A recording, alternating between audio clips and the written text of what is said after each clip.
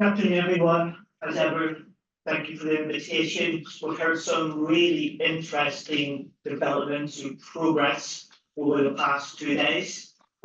So I'm going to sort of change the gear a little bit for you. This is going to be a little bit more storytelling exercise, but underpinned by science.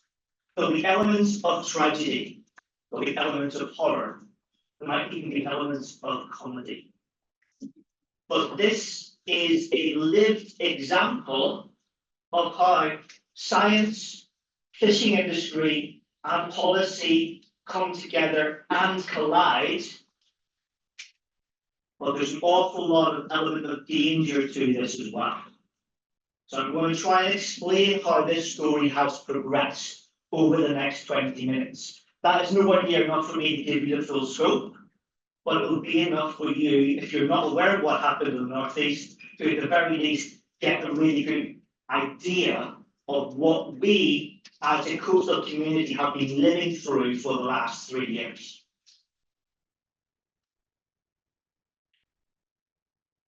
So if you weren't aware, the back end of 2021, everything was perfectly normal, fine and dandy on the Northeast fishing coast. You were having the big collectors were collecting crabs from the tyres. You had the potters were going out, gathering lobster and crab as per normal. And then, over the space of 24 hours, that idyllic situation changed. You were now getting everything dead in the tyres. You were getting pots coming up with crab and lobster dead. Fishermen had no idea what's going on. Those animals that were still alive were clearly moribund, and they were presenting in a very strange way. They were presenting in terms of twitching, convulsing behavior, and a very violent mechanism. In fact, I even had one fisherman report to me when he was potting, and I wish he had a camera on his vessel. He noticed that he had lobsters up at the surface of the sea, swimming for all their worth south down the coast. And then that was all contained within the fishing industry. But then we had the nightmare of the carcasses washing up on the shore. This is a typical example of what we were seeing down a length of 75 kilometres. From Peterlee, just north of the time, right the way down to Whitby, Robin Hood's Bay in North Yorkshire. But the epicentre was clearly in and around Teesmouth and Tees Bay. In certain parts of the beaches, you were wading through carcasses, and I kid you not, hip deep. Again, the animals that were surviving were moribunds. They were presenting the strange twitching behaviour. The locals, goodness of their hearts, were trying to put them back in the sea. Little did they realise they were putting them directly back into harm's way. So what the very hell happened? Now, in front of you here is the scope and range of what was affected. Again, we focus around Tees Bay, Teesmouth. And the focus was in and around the River Tees itself. Now, for you to get a proper context of where this river and the developments around this river fits in, 3 little things I need to tell you. This is the site, Tees work site on the south bank of the Tees, is the site of the first free port in the UK as part of the post-Brexit agenda. It is the government's flagship free port. This site is also some of the most highly polluted land in the UK or not. Now, wonderful, remediate it, clean it up, bring the green industries to it, bring new jobs to the Northeast. That is what we want. To do that, to do it well, to do it properly, to do it safely, would have taken 11 years. Now, that was never going to stand the Brexit agenda. And so they were pushed this through. Instead of taking 11 years, taking your time, being very careful, being very mindful of the environment, the entire redevelopment of this site, the complete demolition of it was undertaken in 3.5 years, and virtually all environmental standards were ignored. even to the point where there were no cofferdams built whenever they were dredging and demolishing the site. So whatever was discharged into the river went unencumbered. So what is it about this site that's so problematic? It's a historical site with intense industrial use, steel making, coking processes, heavy metal cycling, petrochemicals. Teesside was the heart of the UK's industrial revolution. And because of that, the land is immensely problematic. Now, I would like you to note this sign here. This is what's called SLEMs. I'm going to come back to the SLEMs in a second. But just bear this term in your mind, because I'm going to be mentioning what the SLEMs mean in terms of where we think these causes of these deaths actually came from.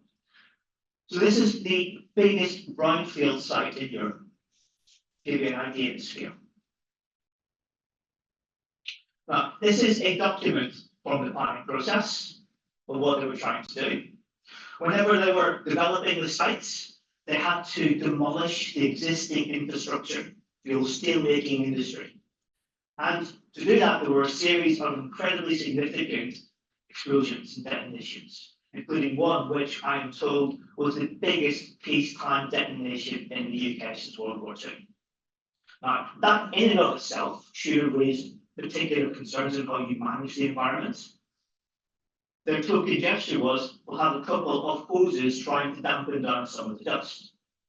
There was no thought given to the fact that this was all made ground, reclaimed land, and that if you undertake explosions of that size, there's going to be enormous shock wave going through the ground itself. Combine that with a distinct lack of care and attention on site, for example, drains being left open, pipes not being sealed off.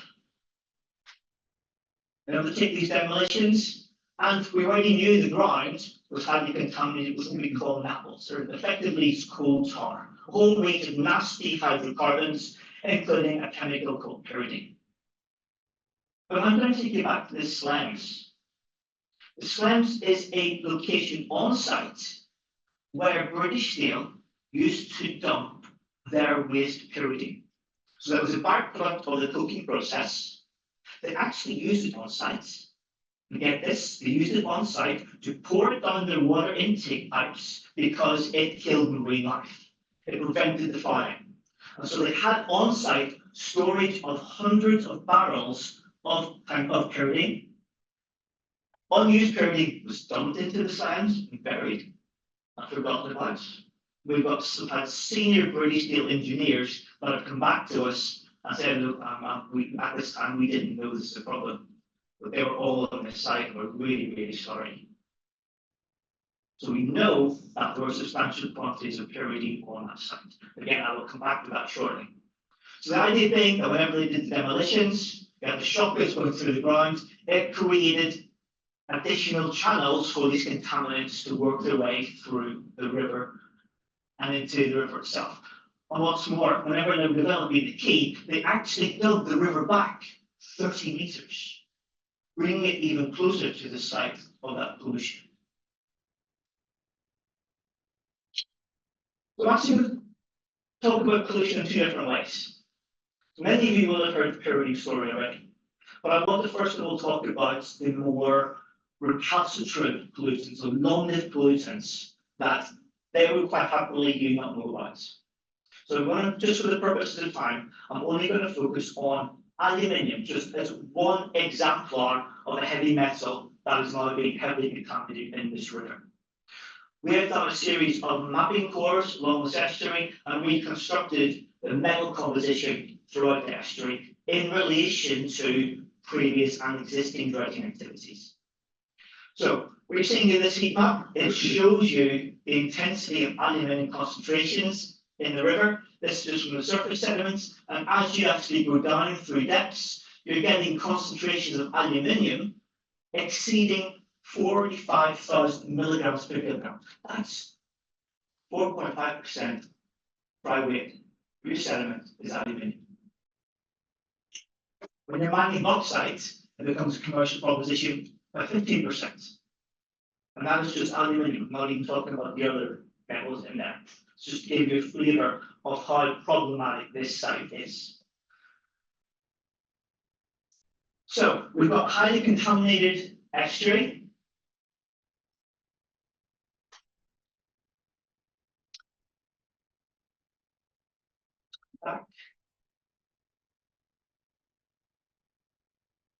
And it's fair to say that I have not had the best relationship with the different agencies over this. There are some that have engaged proactively. The vast majority of them have been either completely agnostic of what's happening or have been outright hostile. I've had senior MMO officials physically spitting in my face as their face turned purple, especially they were telling me to back off. This is a really complex area. It's highly politicized. There's a lot of intrinsic local interests, a lot of political interests as well.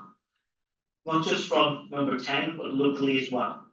There's an undercurrent of organized crime on this as well. A lot of people, including me working on this, have had death threats. I've had my children threatened. But no one seems to care. Because seaside. Seaside's always been polluted. Who cares? What's one more little bit of pollution? But this is people's lives, people's livelihoods. This is the environments that we have to live and work in, our generation and future generations. But the pollutants released that are happening here and now, pollutants that are being released that are going to be the new legacy pollutants that we've stirred back up. And it's going to be the problem for us, and it's going to be the problem for our children. So, can we get a silver lining out of this situation? So one of the issues I have with CFAS and their regulatory system in terms of pollutants is that they look at the pollutants on a one-by-one basis. They look at copper on the other side, whether it's safe to go to sea. They look at zinc, etc. All in blissful isolation. The world doesn't work like that. So what we've been trying to do is to make progressive steps towards doing an integrated risk assessment in terms of pollution. But we're nowhere near where we want to be. So ideally, you want a system whereby you could do a risk assessment based upon interactions of all those pollutants together. Because they fight, they magnify, they do really complex chemistries. But one of the things we've done is using a machine learning algorithm that we've built and pulling upon 3 global databases. It effectively gives us a risk register to the marine life in that sea. And this is just for 8 heavy metals that I've chosen. And basically, every single circle you see that's big and yellow is a 99% chance that concentration will kill that particular marine organism. So just metals alone, what is being discharged into this river is an ecocide in and of itself. So just bear that in mind. But now I want to go back to the pyridine, because the pyridine has attracted an immense amount of attention. I remind you again what I said about sites. The huge volumes of pyridine stored on sites, that they knew that it was toxic. So we did some very careful modelling of the tides and currents on the actual day and subsequent days from the die-off. We modelled the movement of pyridine in the water. We modelled the movement of pyridine attached to sediments. We built in an extinction coefficient because pyridine is a volatile solvent that breaks down and gets oxidized. It does not persist long in the environment. So we took it out of the environment at quite a quick rate. And our model exactly maps out the die-off zones. Now, the government agencies have come up with some really interesting explanations for this. First of all, it was harmful algal bloom. No, they don't talk about that. And then, this is the best one, it was a novel pathogen for which there is no direct evidence. And that is the line that they continue to stick to. And that is the line that they continue to justify ongoing dredging and development of this river. There is a dredging activity happening right now in the Tees. There is a die-off happening right now. We're having hundreds of mature adult weasel clams being washed up in the Tees market. Do the agencies care?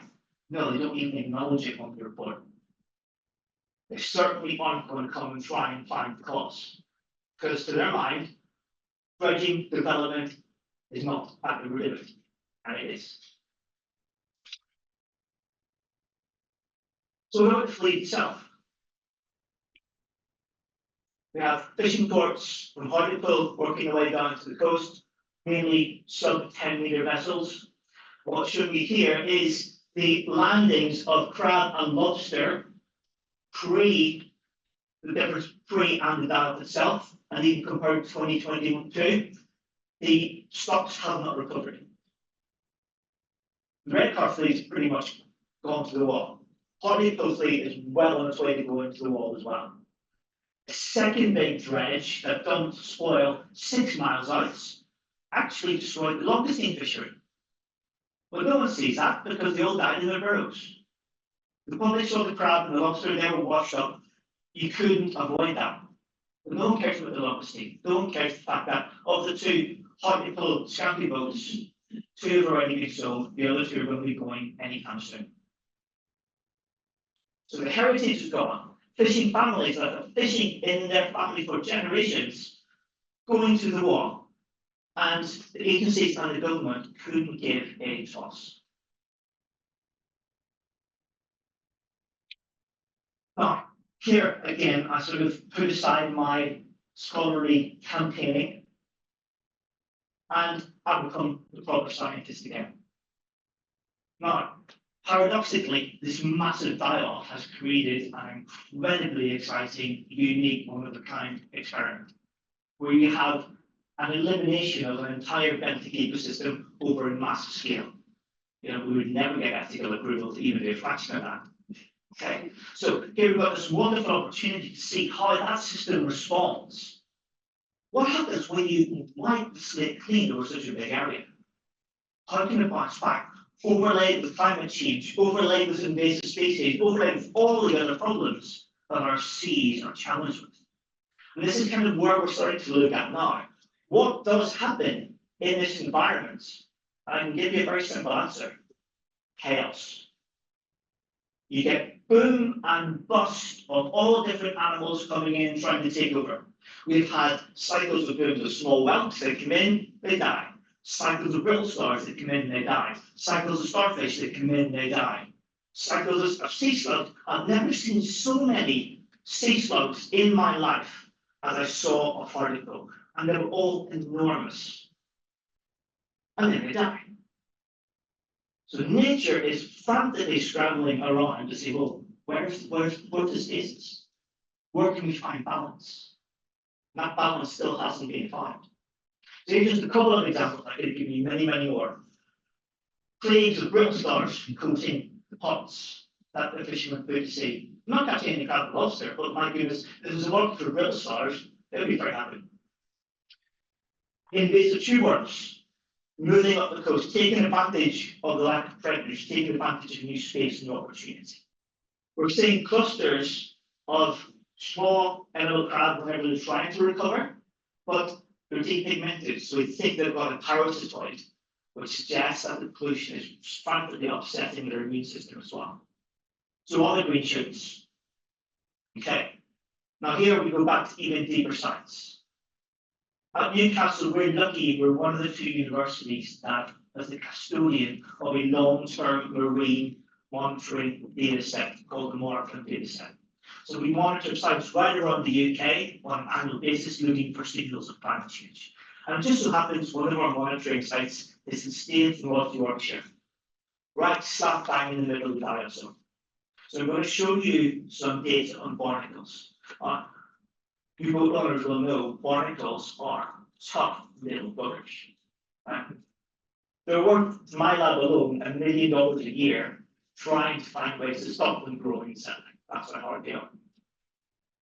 So I'm showing you just photographs from that state site going back over a number of years. And then we have 2022, the sampling site after the die-off. There were no barnacles on the low to mid-shore. 0.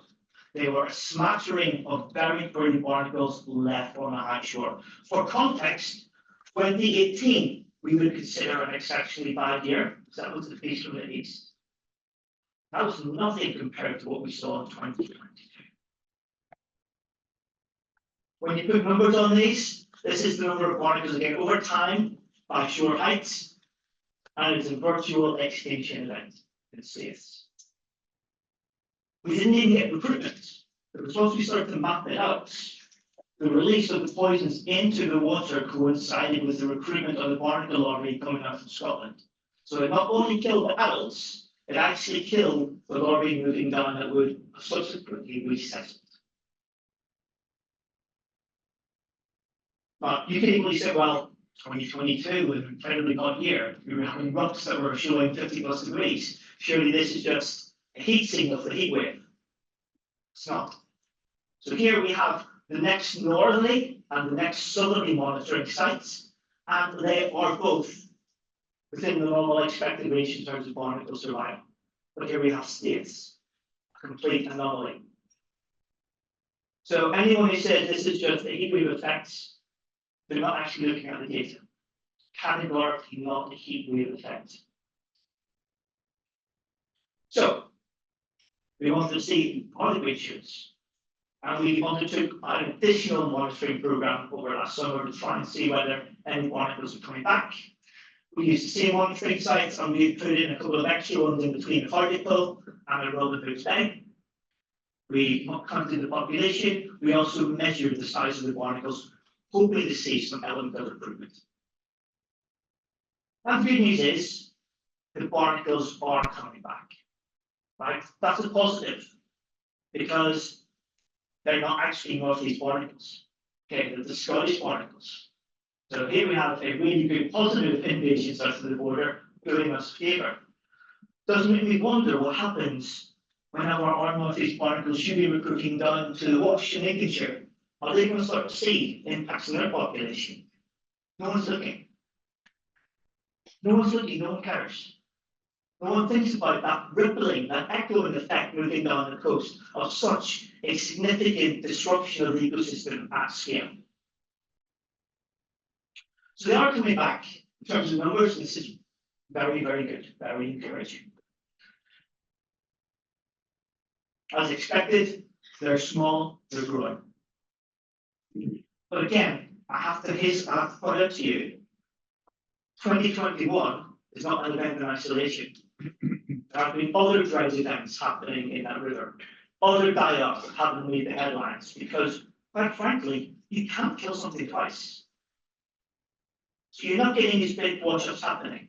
But equally, where's NIFCA coming and saying, well, let's put down cameras down there. Let's quantify what's happening on the seabed. Are they doing it? Of course they're not. They don't want to actually show that down there there's nothing of merit and value left. There's just the scavengers feeding on whatever carcasses they can find. What's happening with the current die-off? We don't know. There's no science team there. There's just me and a couple of other colleagues who are giving the free time. If it wasn't for Eleanor and the Fishmongers Company, even I couldn't do this. And yet, this is on our doorstep. This is arguably one of the biggest ecocides that the UK has seen in 50 years. And no one seems to care. What are the fishermen? What are their heritage? All the things we're talking about today. It's going to be lost. It's not a deep cultural insult in the Northeast community in terms of the safety of the seas. You're not getting children begging their parents not to take them to the beach to walk the dog because they don't know what's there. It shouldn't be the case. But it is. Yes, the UK has problems. The UK needs growth. But growth at all costs. Think about what I just told you. Right? There are many challenges, of course, with our seas, but there's not many challenges of the scale and magnitude that we've seen in the Northeast. Let's just look, if there is a change of government, there might be a change of perspective. Maybe the agencies might actually do the jobs they're paid to do. But I'm not holding my breath. I'm sorry to end on a down note, but this is not a happy story. But I just wanted to make sure that you know that the northeast is there. We are still fighting this. The fishermen are still trying to get movement from governments. But my God, it's like fighting against a brick wall. Thank you. Well, thank you, Gary, for a very, very thorough and passionate presentation. And we all from in the industry feel for exactly what is happening on the northeast, and it shouldn't be allowed. So we've got time for 2 questions, please. Harry, thanks for that presentation. That was fascinating. Looking at me actually. Has there been any risk to human health at all from this? So it depends who you speak to. So if you speak to, for example, the surfers that were in the water whenever the initial baths were happening, they were reporting lots of ear infections, lots of skin rashes. They were reporting their dogs being sick. At the minute, we're trying, and it's very, very difficult, to go through the GP data sets, try and see if there's any uptick in reportable incidences. But it's a very, very difficult data task. And there's no such data set, for example, for vets. You know, speaking to dog walkers, they would tell you, yeah, every time we walked a dog there, it got sick. We took it to the vet, it cost us a fortune. But the data isn't captured for that. And again, it's whether people report this to the GPs. There's no record, and it's just another, anecdotal tale. Anecdotal tales are good for storytelling. They're not good for actually presenting evidence to policymakers. But considering what is now being released into this river, that's a question for 10 years' time. What's going to happen to the next generation? Tees has already got an elevated incidence, for example, of cancers. Are we going to see that continuing in our forward trajectory? Will the Tees area become a misnomer in terms of the overall health of the UK? Now, I'll be retired by the time people are answering that question. So that's a question for the next generation. Gary, the multidisciplinary report that came out after the initial thing, were you familiar with the constituent contributors to that report? And what's your view of it from a critical scientific point of view with regard to negation of some of the they put forward a string of options and then gradually whittled it down to some non-identifiable pathogens, as you quite rightly say. But do you have a view that you're prepared to state in public about the actual quality of the people who were in that particular report? So yeah, I know many of the people, but the problem is that they were given a very, very narrow brief by DEFRA, what to look at in terms of timescale. DEFRA controlled the flow of documents, so they controlled the messaging. And what was crucial, not a single one of that expert panel came to the Northeast Outlook. They were all looking at it from distance through a prism that was presented to them by DEFRA. That's no way to come to a scientific conclusion.